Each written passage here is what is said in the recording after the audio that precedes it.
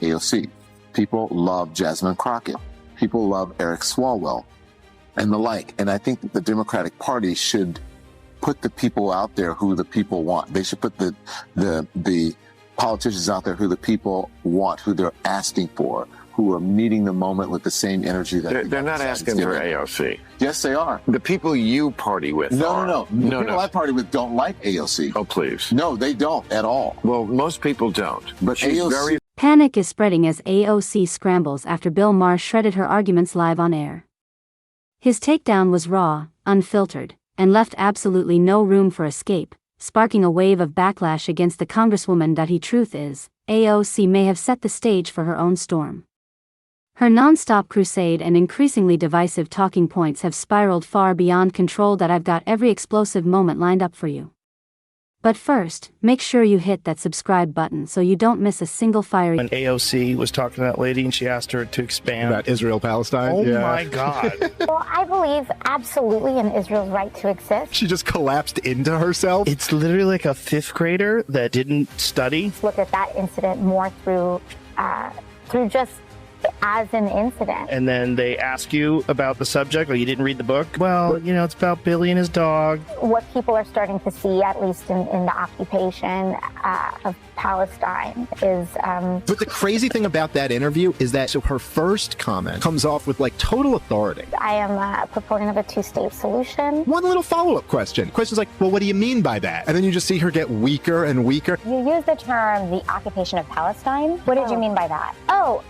But what do you mean about that? It's like, I don't know what I'm talking about, man. Yeah. She literally goes, I'm really not the expert. Do you think you can expand on that? I am not the expert on geopolitics on this. Since Bill Maher exposed Alexandria Ocasio-Cortez as a political fraud, the panic has been impossible to ignore.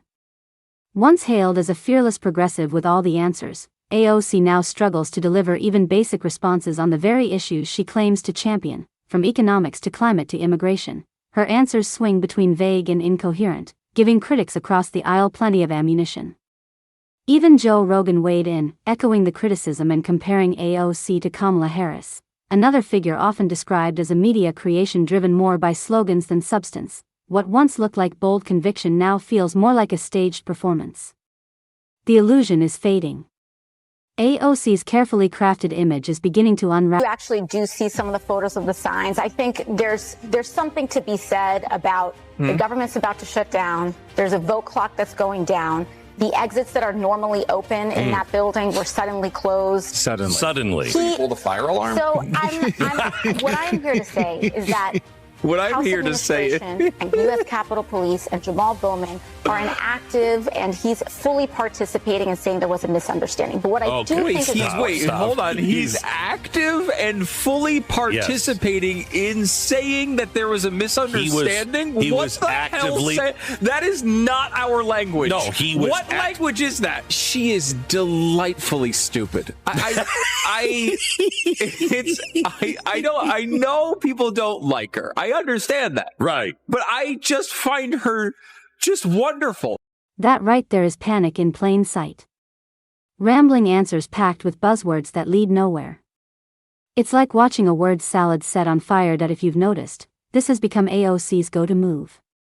Press her with an unscripted question, and she unravels into jargon-filled responses that even her supporters struggle to follow. She throws around terms like intersectionality, systemic injustice, and marginalized communities like confetti, hoping big words can mask thin arguments. But people are starting to notice, the theatrics aren't landing anymore.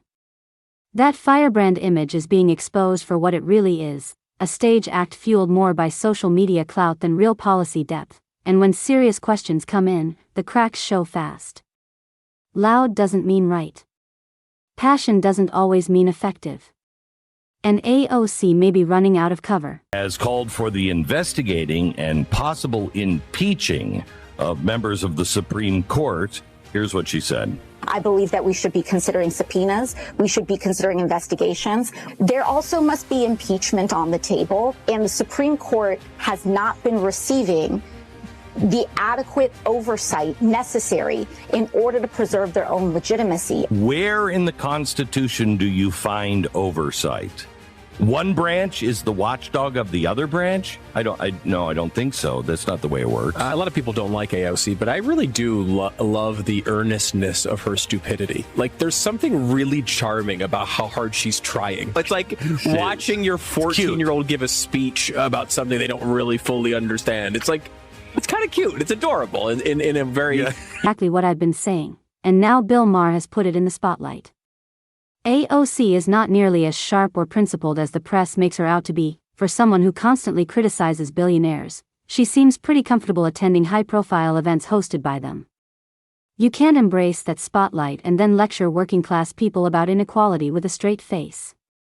That's not activism. It starts to look more like theater.so when talk started about her possibly replacing Kamala Harris. A lot of people raised their eyebrows, and for good reason. The image doesn't quite hold up under closer scrutiny. AOC may be loud and influential online, but when she's pressed in real situations, the cracks begin to show.